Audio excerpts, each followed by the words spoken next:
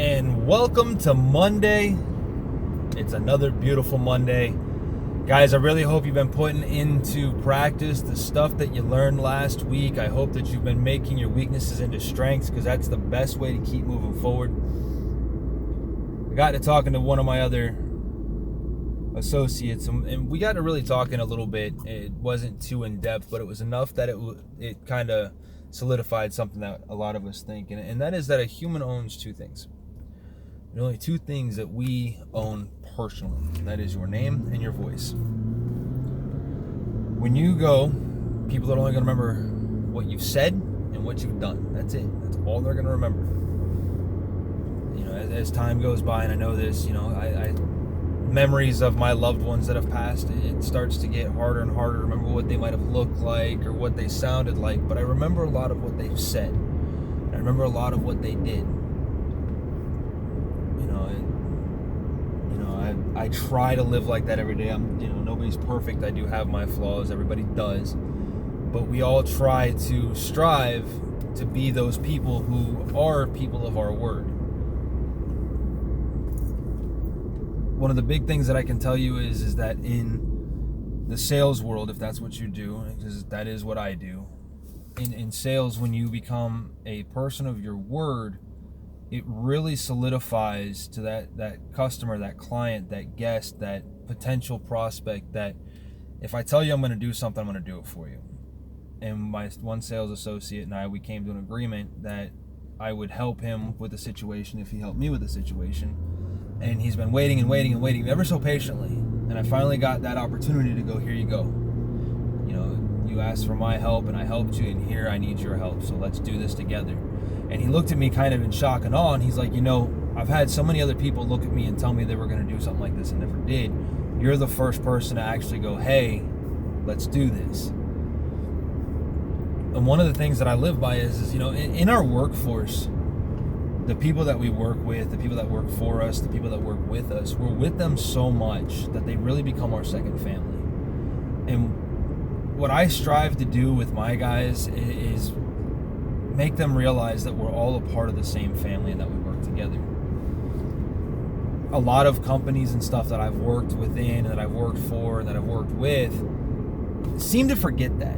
They really forget that there should be a family mentality to it. And that family mentality, when you translate it to your fellow associates, your people who work with you and for you and etc., translates in how you treat your guests and your customers and your clients and the big investors and etc. When you start treating those people around you that way, it really makes them feel accomplished and feel better about what they're doing, and then they'll translate that beyond to the next person, and then that just continues to create this cycle of, and I'm going to use this, and people are probably going to laugh at me for saying it, but that circle of love, and that really is archaic as it sounds.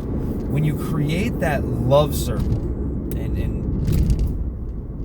when you exude that love for your customer and that understanding for your customer, and I'm not saying you fall in love with them, but you share that love that they are another human being and that they deserve to be treated with a certain level, and you show that to them, then they're going to show that back to you, and then it just creates this giant loop of, I have one associate who never leaves his office. He has been my mentor in my industry for almost 10 years now, and he literally never leaves his office. People come in asking for him, and he has no idea who they are. But that's because he continuously follows up with his other customers. He treats them like family. He jokes and carries on, and he tries to remember everybody by name, and that's what I mean. You don't forget your brother's name. You don't forget your sister's name. You don't forget your mom's name. You don't forget your dad's name. Treat these people as such. You treat these people like that, and my God, will the circle of influence continue to build around you and grow, and these people will continue to take care of you because you've taken care of them, and they become your family. They become an extension of who you are. I have a couple that I sold a vehicle to that have absolutely love me. They are on their way to Canada right now, and They told me that they're going to bring me back some Canadian maple syrup, and I'm going to see. I'm holding you to it. If you watch this video, I'm holding you to it. Great older couple, and, you know, we really connected on such a level of again, love, that I love spending time with them. They loved spending time with me. And I know people in dealerships get such a bad reputation because there's other dealers who don't work the same way. You know, and I'm not trying to toot my own horn here, but I've learned from the experience that you've really got to build a level of trust and commitment with your clients. And the only way to really do that is to show them the respect and the courtesy as a human being. When you treat them like a human being, they're going to treat you like a human being and not just another salesperson.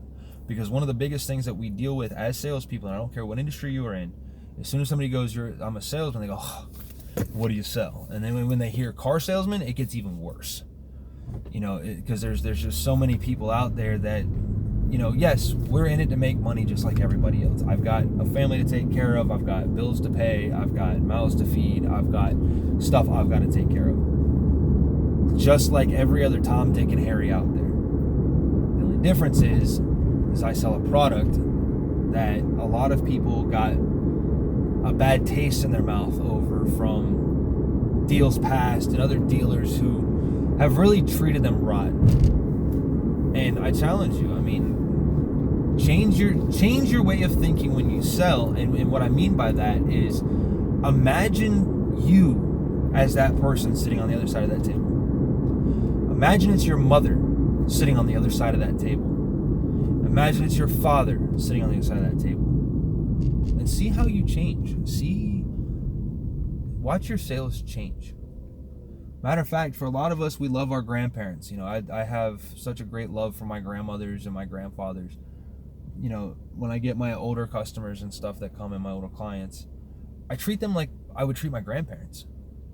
You know, and they love it. You know, we laugh and carry on, and we make jokes, and a lot of them are like, oh, you remind me of my grandson. And I'm like, great, you want to adopt me? You know, and it's stuff like that. And it really, when you bond with your customer, when you bond with your client, when you bond with the people around you like that, it really carries over in everything else you do and makes life a lot more livable. You know, I can lay my head down on my pillow every night knowing that my clients got the best possible service and they were taken care of properly. I have a few friends who unfortunately did not get a chance to work with me when I was there the first time, and now that I'm back and stuff, like I really wish I had the opportunity to work with them now so they could see the difference. You know, it really comes down to how you take care of your customers, and that's gonna build your book of business. It's gonna build your evolving clientele.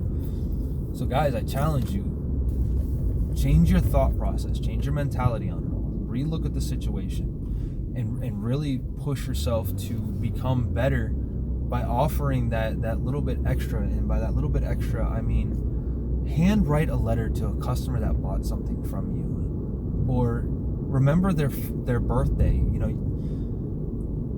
find out their birthday and remember it, and then call them. You know, I call my customers on Father's Day. I call my customers on Mother's Day. I call my customers right around Christmas and Thanksgiving and, you know, special holidays, and they love it because now my customer is not just a number to me. My customer is somebody that I care about, which is true. I care about all my customers. Every person I talk to, I build a relationship with, and I invite them into my family, if you will. So that way we all take care of each other. Guys, like, share, subscribe, get this posted around. Keep up the good work. You guys are doing amazing out there. And I will talk to you all tomorrow.